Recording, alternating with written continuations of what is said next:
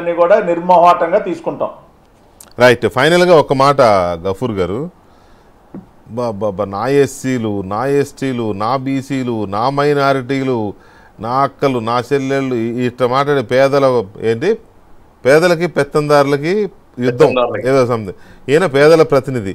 ఇవన్నీ ఇప్పుడు మనం చూసిన విజువల్స్, ఆ కోట లాంటి ఇవన్నీ చూస్తే అసలు పేదలు అనే పదం ఉచ్చరించే అర్హత జగన్మోహన్ రెడ్డి గారికి ఉందా గఫూర్ గారు?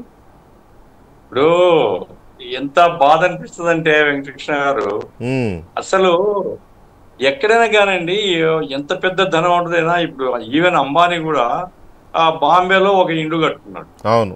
ఆయన పోయిన చోటల్లా బంగ్లాలు కట్టుకోలే. అవును. ఎవరు కూడా కట్టుకోరండి. మరి ఇతని సైకాలజీ ఏమిటిదో ప్రతి చోట బంగ్లాలు.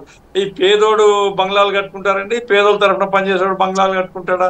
ఎన్ని రాజభవన్లు ఒక్కొక్కటి. కాబట్టి ఇదంతా కూడా పేదలు గీదలు కాదండి, కొల్లగొట్టడం, డబ్బు కొల్లగొట్టడం తప్ప ఇంకోటి ఏం లేదు దీంట్లో. ప్రజాధనం కొల్లగొట్టడము. ఇప్పుడు జిల్లాల్లో ఆఫీసులు కట్టేది కూడా అన్ని రాజభవనాలే. కాబట్టి ఎట్లా కడుతున్నారు, ఈ డబ్బులు ఎక్కడి నుంచి వచ్చినాయి, ఇవన్నీ కూడా. ఎందుకంటే ఇప్పుడు ఇన్కమ్ ట్యాక్స్ లో చూపించాలి కదా, లక్షలు కోట్ల రూపాయలతో. ఇవన్నీ కూడా ఎంక్వైరీ చేయాలండి. ఇటువంటి వాళ్ళు నాకేమి వ్యక్తిగతంగా కాదు, కానీ ప్రజా జీవితంలో ఉండేటువంటి వాడు ఇంత పనికి మాలినతనంతో ఇంత దోపిడీ పద్ధతిని అవలంబించడం మాత్రం క్షమించకూడదండి. రైట్.